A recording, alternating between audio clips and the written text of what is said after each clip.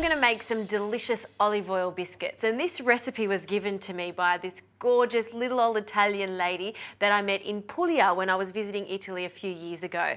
It's a yeast-based biscuit, meaning we've been proving some instant yeast with a little bit of caster sugar, so about 2 to 3 tablespoons of caster sugar, and some flour. I've also added 150 millilitres of warm water. Now it needs to be warm water because it needs to activate the instant yeast, and you can see how it's really bubbly and almost alive. This is a good sign. This is how you want the yeast to be. Now, before I add some olive oil to this yeast mixture, I need to prepare the trays. These are just 2 large trays that I've lightly oiled with some olive oil. And now I'm going to sift over some icing sugar. This is going to give a nice crust to our biscuits on the base. So a few generous spoonfuls into a sieve, just like this, and then generously dust that all over the tray. So get this done ahead of time so we're all ready to go, all organised in the kitchen for our dough and our rolling. Now back to the olive oil. We need 150 millilitres of really good quality extra virgin olive oil because you'll taste it throughout the biscuit. So we'll measure that out. Now what I'll do is just mix that in with our water and yeast mixture, just with a fork. All right, now let's get on to the dry ingredients. I'm using Tipo 00 flour. This is the flour that gorgeous little nonna was using, and she swears by it. Just as you would be making some pasta or a dough for some pizza, this fine flour is going to give us a really nice crumb on the bicky. All right, now a little bit of salt. Always season the flour, particularly if you're going to add other ingredients and you really want to show them off. I'm using fennel seeds. Fennel seeds have a great anise flavour. Yes, we use them quite often in savoury dishes, but they are exceptional in sweet dishes, just like this one. All right, fennel and orange go together nicely too, so I'll add the zest of 1 orange.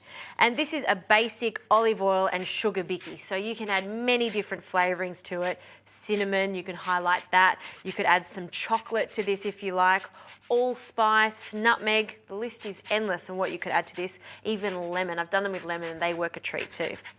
All right, that's plenty of orange. Now with another fork, I'll combine the flour with all the orange and the fennel, and then make a well in the centre. Now we can add our wet ingredients, and we'll just slowly add that to the centre. Bring in the sides with the fork, and by doing this, we're not going to get any lumps in our dough. It's actually quite a nice feeling to just very carefully do this. Very therapeutic. Once I've done this, I'm just going to knead it a little bit, and then we'll flour our board and portion the dough.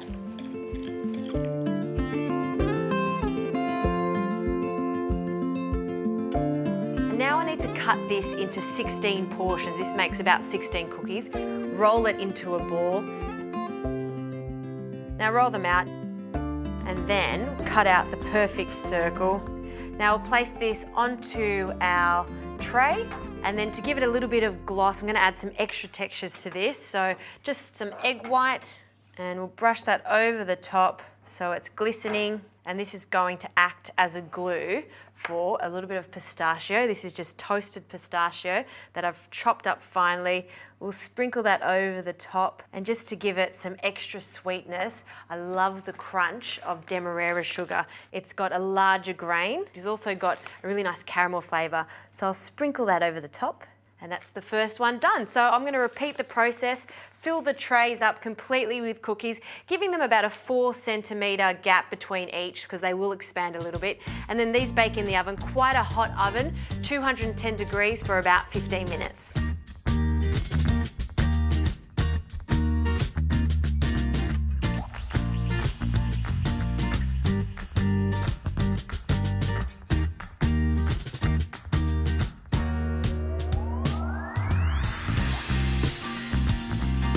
Okay, these cookies have come out of the oven. They look fantastic, golden brown, and I've allowed them to cool completely on the tray so they go nice and crunchy.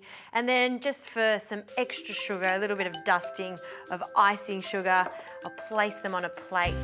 These are delicious as is, but you know what? They taste even better with a little coffee, maybe a short black. Listen to the crunch. Ah, that's a good bicky. Yummo.